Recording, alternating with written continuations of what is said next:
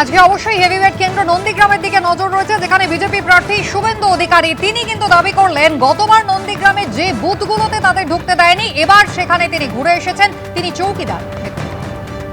যে বুথগুলোতে ঢুকতে দেয়নি তার মধ্যে এটাও ছিল, রাজারাম চক ছিল, নাকচিরা চর ছিল, কেন্দ্রামারির বুথগুলো ছিল, বঙ্কিম মোড় ছিল, ভূতা মোড় ছিল।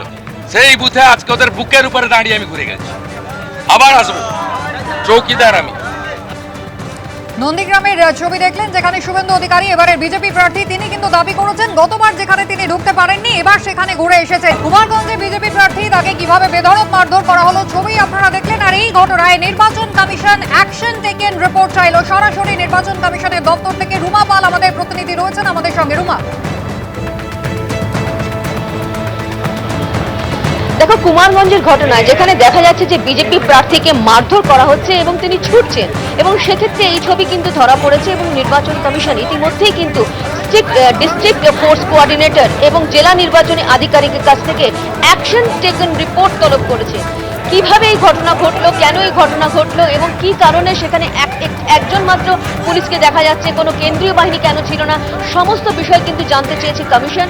অবশ্যই অ্যাকশন টেকেন রিপোর্ট যখন চেয়েছে আর কিছুক্ষণের মধ্যেই কিন্তু এই রিপোর্ট এসে পৌঁছবে, এবং কেন ওই কোন বুথের বাইরে হয়েছে এবং কিভাবে এই ঘটনা ঘটলো সমস্তটাই কিন্তু বিস্তারিত তথ্য জানতে চেয়েছে কমিশন।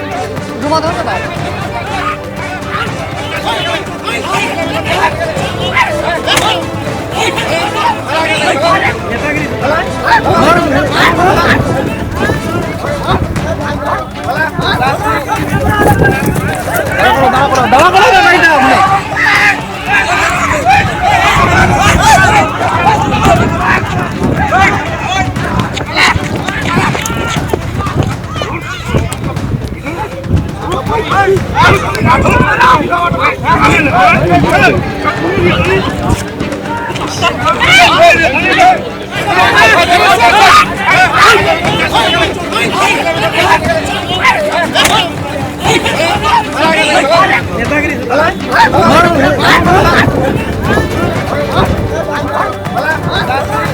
ভোটটা বলে অন্য কেউ দিয়ে চলে গেছেন, ওরা বলেছেন। তুমি কি প্রথমবার প্রথম ভোট দিতে এসেছিলাম।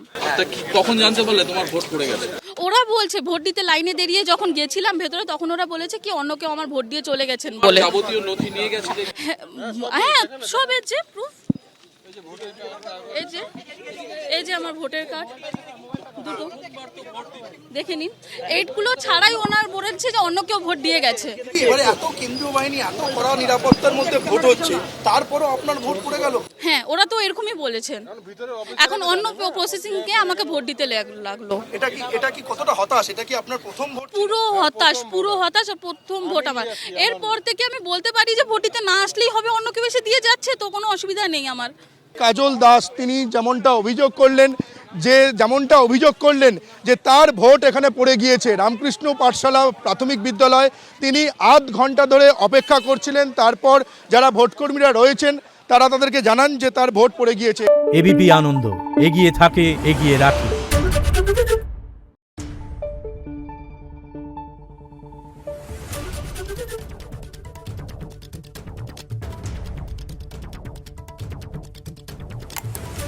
Thank you.